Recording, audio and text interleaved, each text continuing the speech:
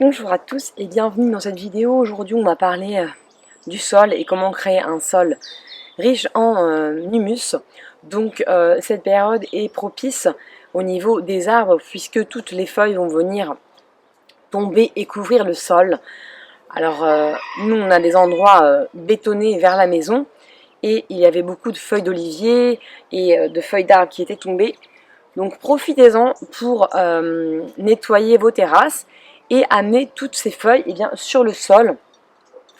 Alors au potager, c'est pas forcément la meilleure idée de pailler que avec des feuilles d'arbres, mais vous pouvez les apporter. Alors soit vous pouvez les mettre à composter à un endroit, mais dans ces cas-là, il faudra mélanger avec d'autres choses, parce que les feuilles seules, elles vont être sèches et il va falloir quand même de l'humidité pour décomposer tout ça.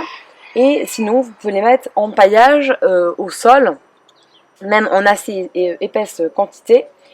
Et donc cette semaine on a fait ça, on a nettoyé toutes nos terrasses et on est venu mettre nos feuilles dans le jardin près des arbres. Et puis on a aussi paillé les arbres, donc on a mis du paillis, on paille toujours nos arbres et aussi nos potagers, je vous montrerai plus tard, pour plusieurs raisons. La première raison, c'est pour créer de la fertilité, parce qu'ici le sol il n'est pas très fertile quand on voit, et je vais vous montrer de plus près tout de suite le sol. Ça crée de la matière organique décomposée, parce que quand la pluie arrive sur les terres pendant l'hiver, et ben la paille elle se décompose en dessous et elle crée de la fertilité.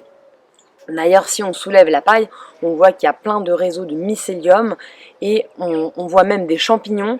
C'est la première année où il y en a vraiment beaucoup, partout dans nos potagers et aussi dans le jardin. Donc ça prouve que ça restaure le sol au fur et à mesure des années, sachant qu'on a un sol qui est assez bon, il est argileux, mais il y a des pierres dedans.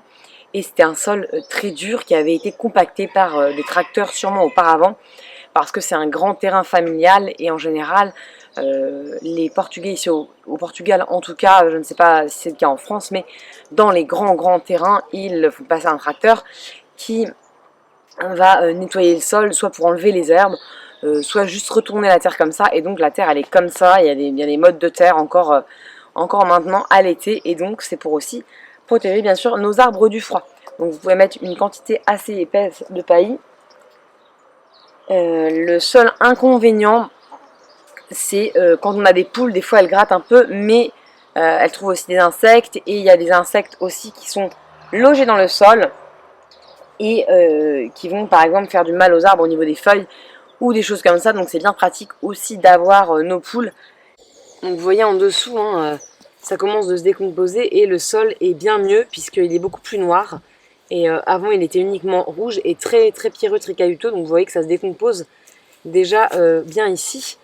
Et puis on va venir au potager pour vous montrer donc le paillis qu'on a apposé pour l'hiver. Et aussi n'oubliez pas de couvrir les arbres qui en ont besoin, par exemple certains agrumes et surtout les arbres qui craignent un petit peu le froid. Ici on a avocatier, on a des goyaviers, donc il va falloir qu'on les couvre un tout petit peu à l'hiver, sachant que quand vos arbres ils sont un peu plus grands, ils sont un peu plus résistants.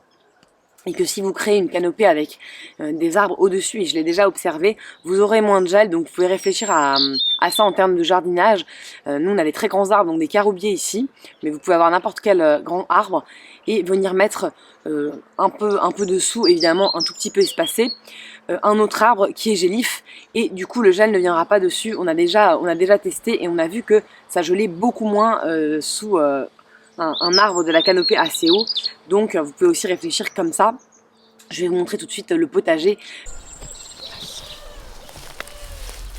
Quand on crée vraiment un épais paillis, vous voyez ça se décompose, et ensuite il y a même des vers de terre qui viennent dedans. Ça recrée vraiment un bon sol, un bon humus. Donc ici on a encore des légumes un petit peu d'été, tels que les aubergines, les tomates. Donc pour les préserver encore un petit peu avant janvier, parce qu'ils ne gèlent qu'en janvier, on va venir donc pailler les sols, donc pour enrichir le sol, parce que quand il fait froid, eh bien ça va venir protéger un petit peu le sol et empêcher directement de tomber le gel sur le sol.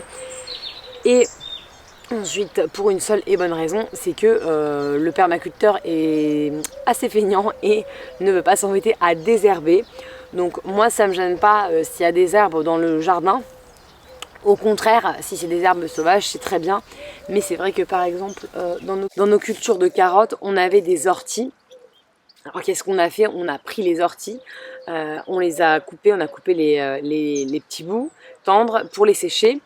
Et ensuite, on a quand même désherbé les carottes parce qu'il y a des cultures qui ne supportent pas l'enherbement et d'autres cultures qui préfèrent quand même avoir de l'espace pour respirer.